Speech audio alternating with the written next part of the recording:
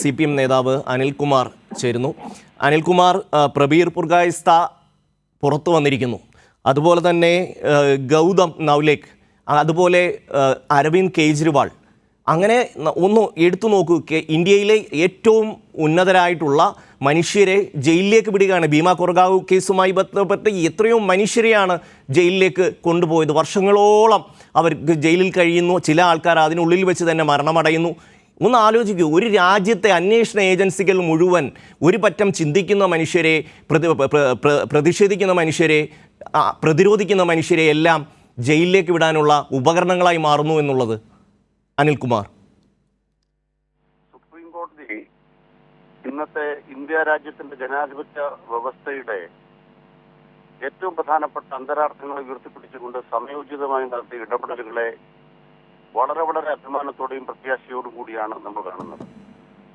ഒരു തവണ കൂടി നരേന്ദ്രമോദി അധികാരത്തിൽ വന്നാൽ തിരുത്തപ്പെടുന്ന ഒരു ഭരണഘടനയിൽ ആദ്യം മുറിവേൽക്കുന്നത് ഇന്ത്യ രാജ്യത്തിന്റെ നീതിന്യായ വ്യവസ്ഥയ്ക്കാണ് എന്ന ആന്തരിക ബോധത്തിൽ നിന്നുകൊണ്ടാണ് സുപ്രീം കോടതി കൃത്യമായ നിലപാട് സ്വീകരിക്കുന്നത്. ഇവിടെ PMLA കേസിലും അതുപോലെ തന്നെ ദേശസുരക്ഷയുമായി ബന്ധപ്പെട്ട കേസിലും ഒരാളുടെ പേരിൽ കുറ്റാരോപണം ഉണ്ടായാൽ താൻ നിരപരാധിയാണ് എന്ന് അദ്ദേഹം തെളിയിക്കുന്നത് വരെ ജയിലിൽ കിടക്കണമെന്നുള്ള നീചമായ ഏറ്റവും തെറ്റായ വ്യവസ്ഥയാണ് അവിടെ ഉള്ളത്. ഈ വ്യവസ്ഥയുടെ മറവിലാണ് ഇന്ന് നമ്മുടെ രാജ്യത്തെ കീഴ്ക്കോടതികൾ ജാമ്യാപേക്ഷ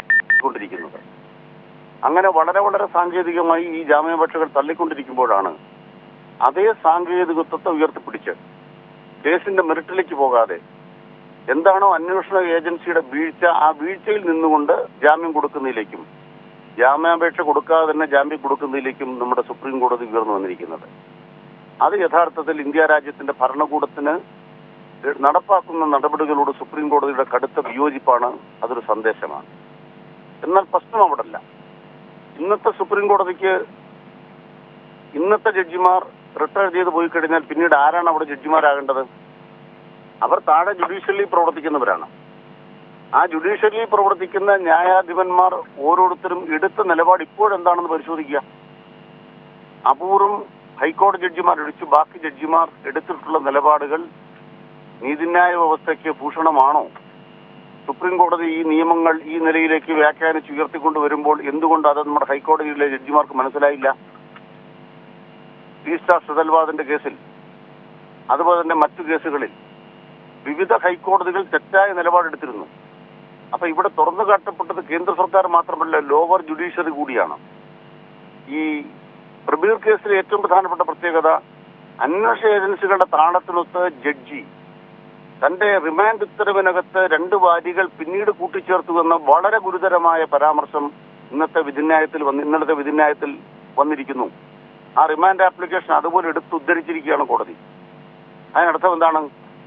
കീഴ്ക്കോടതിയിലെ ന്യായാധിപന്മാരെ റാഞ്ചിക്കൊണ്ടുപോകാൻ അന്വേഷണ ഏജൻസികൾക്ക് സാധിക്കുന്നു. കേന്ദ്ര സർക്കാരിന്റെ പാവകളായി അവർ പെരുമാറിക്കൊണ്ടിരിക്കുന്നു. അതുകൊണ്ട് ഉന്നത നീതിപീഠങ്ങൾ ഉയർന്ന നീതിബോധത്തോടെ പെരുമാറുന്നത് വൈയക്തികമായി സുപ്രീം കോടതിയുടെ ഏറ്റവും ഉയർന്ന നിലപാട് തന്നെയാണെങ്കിലും അത് സ്ഥാപനപരമായി ജുഡീഷ്യറിയുടെ വിമോചനമാണെന്ന് പറയാനാവില്ല. അതിന് കാരണം ലോവർ ജുഡീഷ്യറി ഇപ്പോഴും കാവുവൽക്കരിക്കപ്പെട്ടുകൊണ്ടിരിക്കുന്നു. അതുകൊണ്ട് വളരെ അപായകരമായ ഒരു സാഹചര്യമാണ് ഇതിന്റെ ഇരുഭാഗവും ഉണ്ടാകുന്നത്. 5 കൊല്ലക്കാലം ഭീമ കൊറഗാവ് കേസിലെ പ്രതികൾക്ക് ജയിലിൽ കിടക്കേണ്ടി വരുന്നത്, ഇതൊക്കെ സൂചിപ്പിക്കുന്നതിന്റെ കാരണം എന്താണ്? കീഴ്ക്കോടതികൾ ഇക്കാര്യത്തിൽ നീതി കൊടുക്കണം, സമയത്ത് വിചാരണ നടത്തണം. ഇത്തരം ഒരു കേസിലും സമയത്ത് വിചാരണയില്ല. ജീവപര്യന്തമായി വിചാരണ കോടതിയിൽ അനുഭവിച്ച് തീർക്കുക എന്നുള്ളതാണ് ഈ 2 നിയമങ്ങളുടെയും ദുരുപയോഗം ഉണ്ടാകുന്നത്. അതുകൊണ്ട് CPMന്റെ അംഗമായ സഖാവ് പ്രബീർ പുർഗായിസ്ത അദ്ദേഹത്തിന് ജാമ്യം കിട്ടുമ്പോൾ ഈ പോരാട്ടത്തിനകത്തെ ചരിത്രപരമായ ഒരു പങ്കാളിത്തം ഇടതുപക്ഷം അത് ഉയർത്തിപ്പിടിച്ചതിന്റെ ഭാഗം കൂടിയാണ് ഈ പോരാട്ടത്തിലേക്ക് അദ്ദേഹത്തിന് കടന്നു വരാനായത്.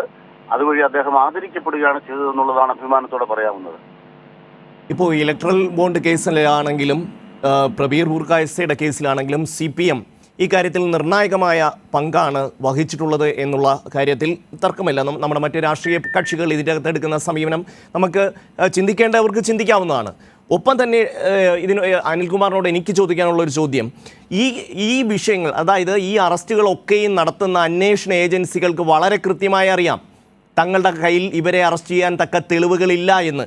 ഇത് അറിഞ്ഞുകൊണ്ട് തന്നെ താങ്കൾ നേരത്തെ പറഞ്ഞതുപോലെ താഴെ കോടതികളിലെ ജഡ്ജിമാരെ കൂടി അല്ലെങ്കിൽ ഇതെന്തോ വലിയ സംഭവമാണെന്ന് ധരിപ്പിച്ചു, അല്ലെങ്കിൽ അവരെ കൂടി സ്വാധീനിച്ചുകൊണ്ട് തങ്ങൾക്ക് അനുകൂലമായി കാര്യങ്ങൾ നടത്തിയെടുക്കുന്ന ഒരു അവസ്ഥ ഈ കീഴ്ക്കോടതികളിൽ വ്യാപകമായി തന്നെ കാണുന്നില്ലേ? ഹൈക്കോടതിയിലടക്കം ജാമ്യം നിഷേധിക്കപ്പെട്ട ആൾക്കാർക്ക് പിന്നീട് സുപ്രീം കോടതി ജാമ്യം നൽകുന്ന കാഴ്ച നമ്മൾക്ക് കാണാൻ കഴിഞ്ഞു. സുധൽവാദന്റെ ജയിലിലടച്ച കേസിനകത്ത് സംഭവിച്ചതെന്താണ്?